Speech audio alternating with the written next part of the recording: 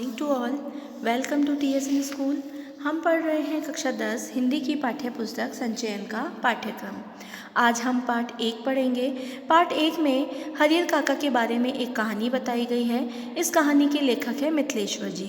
मिथिलेश्वर जी ने हरियर काका के बारे में क्या क्या बताया, उनके जीवन में क्या क्या घटनाएं घटी, वो हमने पिछले वीडियो में पढ़ा। हमने पढ़ा कि किस प्रकार से ठाकुर बाड़ी के महंत और पुजारियों ने उनका अपहरण कर उनसे जबरन अंगूठे के निशान लिए और उनके भाइयों ने पुलिस की सहायता से उनको छुड़वाया था।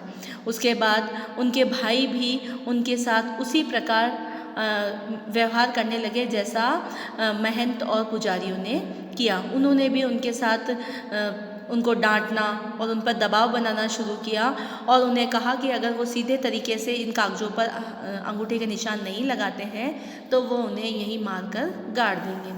अब हम आगे पढ़ते हैं पेज नंबर 14 से। अगर पहले वाली बात होती तो हरियर काका डर जाते। अज्ञान की स्थिति में ही मनुष्य मृत्यु से डरते हैं। ज्ञान होने के बाद तो आदमी आवश्यकता पड़ने पर मृत्यु को वरण करने के लिए तैयार हो जाता है। अब जो हरियर काका है वो अगर पहले वाली स्थिति में होते, पहले वाली स्थिति मतलब अब पहले की तुलना में अब वो ज़्यादा चतुर और ज्ञानी हो गए थे। पहले वो अच्छा बुरे का नहीं सोचते थे, एक सीधे साधे भोले भाले किसान थे। अब उन्हें पता चलने लग गया कि किस प्रकार से लोग स्वार्थ के कारण दूसरों की ज़िंदगी बर्बाद कर देते हैं। तो अब उन्हें लग रहा है कि अगर ज़रूरत पड़ेगी तो मैं सहज ही मृत्यु को स्वीकार कर लूँगा, लेकिन किसी से डरूँगा नहीं।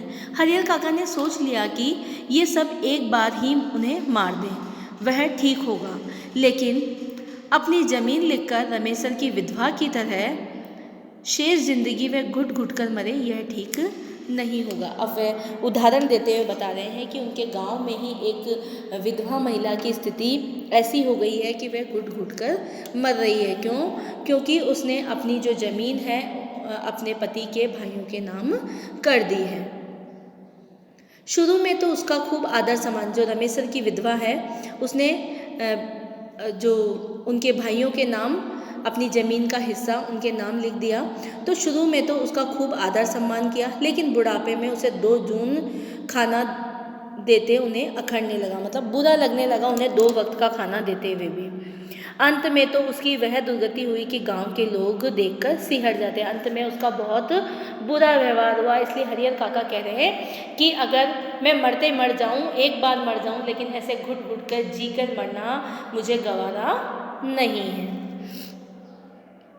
हरियर काका को लगता है कि अगर रमेसर की विधवा ने अपनी ज़मीन नहीं लिखी होती तो अंत तक लोग उसके पाँव पखाड़ते होते, मतलब पाँव धो धोकर पीते या पाँव पूछते या उसका ध्यान रखते, उसका आदर सम्मान करते अगर वह ज़मीन अपने पति के भाइयों के नाम नहीं करती।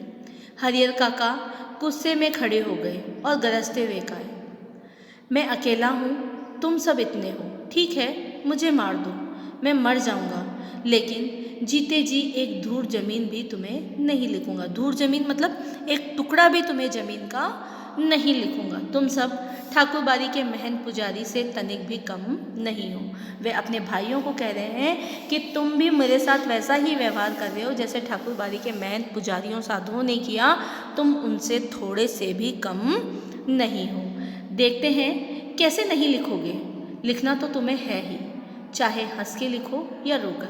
अब उनके जो भाई हैं वो उन्हें डराते हुए कह रहे हैं कि कैसे नहीं लिखोगे, देखते हैं, तुम्हें लिखना तो पड़ेगा ही, चाहे तुम हंस कर लिखो चाहे रोकर। हरियर काका के साथ उनके भाइयों की हाथापाई शुरू हो गई। हाथापाई मतलब मारपीट शुरू हो गई। हरियर काका अब उस घर से निकलकर बाहर गांव में भाग जाना चाहते थे। अब जो हरियर काका है वो उस घर से छुटकारा पाना चाहते थे, उस घर से बाहर निकलना चाहते थे, लेकिन उनके भाइयों ने उन्हें मजबूती से पकड़ लिया। उनके भाई जो थे उन्हें बाहर निकलने नहीं दे रहे थे। प्रतिकार करने पर अब वे प्रहार भी करने लगे। मतलब जब हरियर काका उनका विरोध कर रहे थे, उन्हें उससे छुड़वा रहे थे, तो वह उन पर हमला भी करने लगे। प्रहार का अर्थ क्या होता है? हमला करना। प्रतिकार विरोध करना। अकेले हरियर कई लोगों से जूझ सकने में असमर्थ थे। जो हरिहर काका थे वो इतने लोगों से जूझने में या लड़ाई करने में असमर्थ थे, उनमें इतनी ताकत नहीं थी। फलस्वरूप उन्होंने अपनी रक्षा के लिए खूब ज़ोर ज़ोर से चिल्लाना शुरू कर दिया। अब जब उनको कोई भी बात समझ में नहीं आई तो उन्होंने क्या किया, ज़ोर ज़ोर से चिल्लाना शुरू कर दिया। अब भाइयों को चेत आया कि मुंह तो उन्हें पहले ही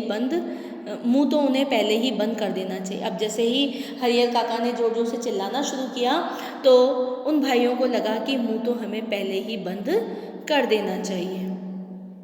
उन्होंने तत्क्षण उन्हें पटक उनके मुंह में कपड़ा ठूंस दिया। तत्क्षण मतलब उसी पल, जैसे ही हरिहर काका ने चिल्लाना शुरू किया उसी पल उन्होंने उनको पटका और मुंह में कपड़ा ठूंस दिया। लेकिन ऐसा करने से पहले ही काका की आवाज़ गांव में पहुंच गई। जब हरिहर काका चिल्लाने लगे तो ऐसा करने से पहले ही हरिहर काका की आवाज़ जो है गांव के आसपास के घरों में पहुंच गई।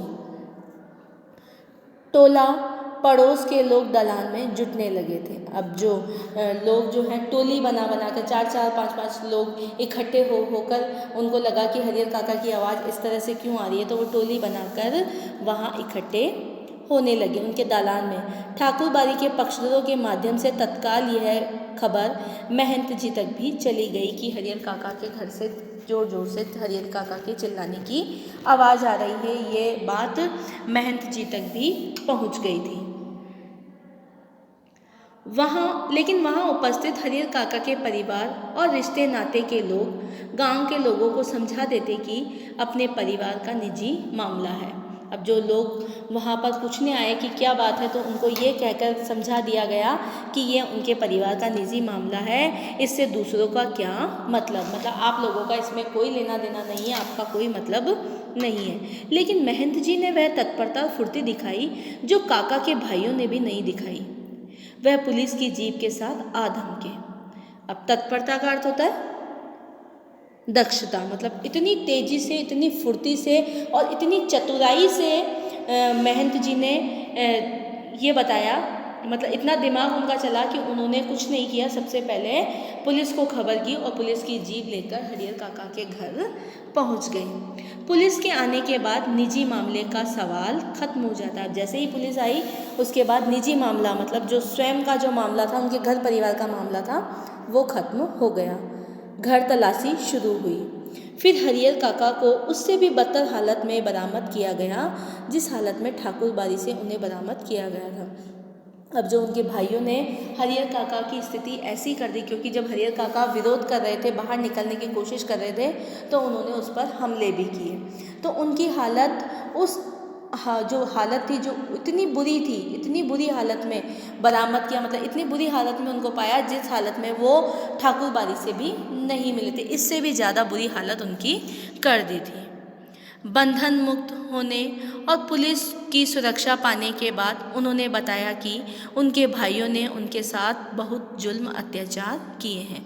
जैसे ही पुलिस आई उनको बंधन मुक्त किया, मतलब जैसे ही उनके मुंह में कपड़ा ठूस दिया गया था, ये सारी चीज़ें उनको मुक्त करने के बाद पुलिस के उसमें आ गए थे सुरक्षा में।